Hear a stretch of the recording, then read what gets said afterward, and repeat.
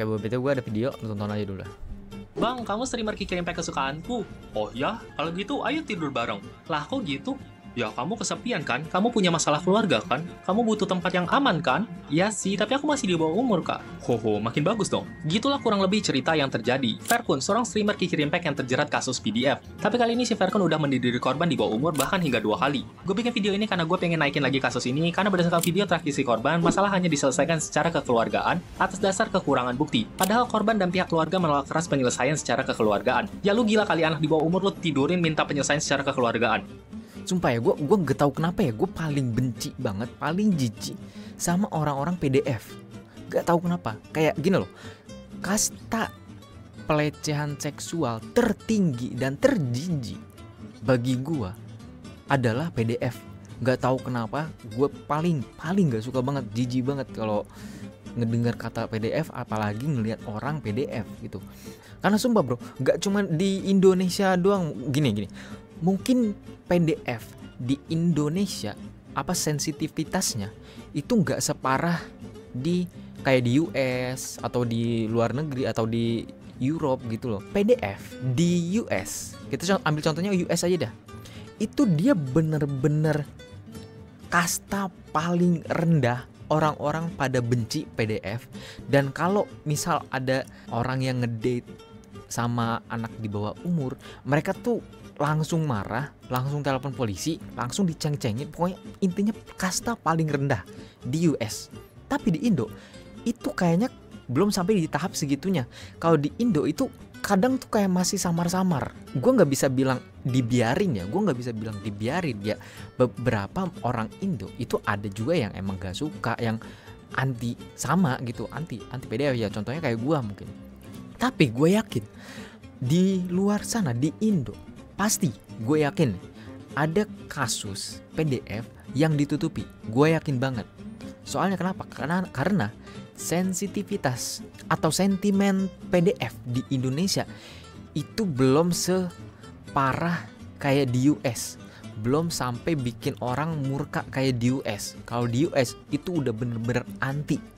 Nah sebenarnya yang pengen gue bahas itu bukan PDF-nya secara langsung ya, tapi mungkin yang pengen gue bahas itu lebih ke faktor-faktor apa yang bisa menyebabkan orang menjadi PDF atau yang memicu orang bisa menjadi PDF. Nah, salah satu faktor yang menyebabkan orang bisa menjadi PDF itu kan dari game.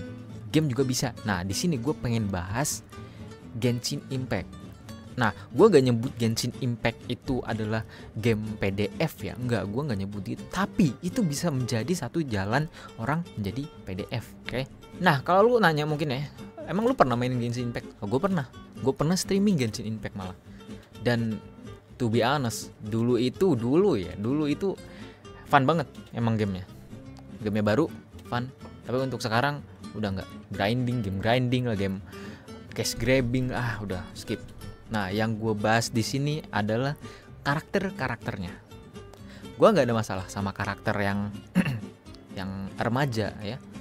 Gue bakal mengkategorikan karakter Genshin Impact, kategori umurnya ya, itu berdasarkan fisiknya.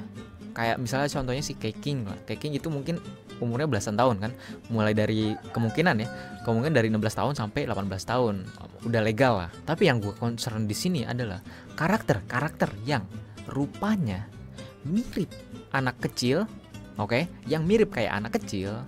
Tapi lore-nya ya itu dibikin umurnya menjadi 500 tahun. Ini tuh karakter apa ya, gue namanya itu lupa. Adeptus atau apa ya, gue lupa. Pokoknya ini tuh intinya kayak dewa gitu. Kalau di Genshin gue lupa istilah Genshin. Kayak dewa gitu atau adeptus atau apalah gitu. Jadi si karakter itu umurnya udah lama banget. Umurnya jadi kayak 500 tahun. Kayak si Zhongli itu kan sebenarnya dia udah tua banget ya, tapi ya emang penampilannya doang kayak masih muda gitu. Nah, ini sama juga kayak karakter yang bentukannya, perawakannya kayak anak kecil. Kayak contohnya si Kiki. Kalau Kiki itu gue nggak tahu itu dia adeptus atau dewa atau apa ya. Intinya yang kayak anak kecil lah, kayak si Kiki. Terus siapa itu yang ijo gitu. Gue lupa aja. Gue udah gak ngikutin Genshin. Intinya yang ijo itu loh, yang kayak daun-daun itu loh. Siapa lah pokoknya itu.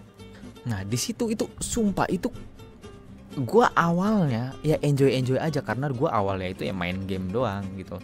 Cuman semakin kesini gue perhatiin ini game itu tuh kayak si gamenya ini Genshin Impact atau mungkin MiHoYo-nya ini itu kayak pengen memenuhi pangsa pasar atau pengen memenuhi pasar PDF. Jadi gini, atau mungkin orang-orang Genshin Impact ini ya yang mendevelop atau yang membuat gamenya itu sebenarnya tahu kalau di game yang dia buat itu bisa mencakup pangsa pasar PDF, dan supaya mereka itu bisa memasuki pasar PDF itu ya, mereka membuat karakter-karakter anak kecil.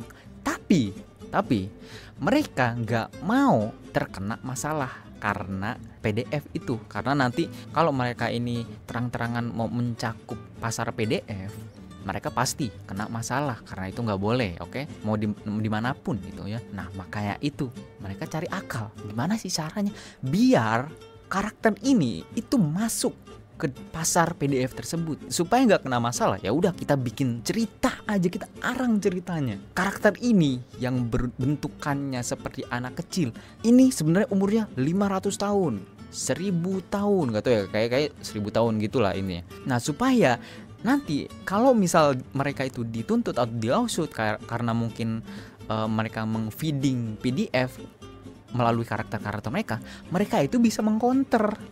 Enggak kok, karakter ini tuh sebenarnya 500 tahun di lore-nya. Mau lu orang yang gak pernah main Genshin atau yang main Genshin sekalipun itu tahu kalau karakter itu tuh bocil. Sumpah ini loh. Gini, sebenarnya ini teknik marketing yang bener-bener next level.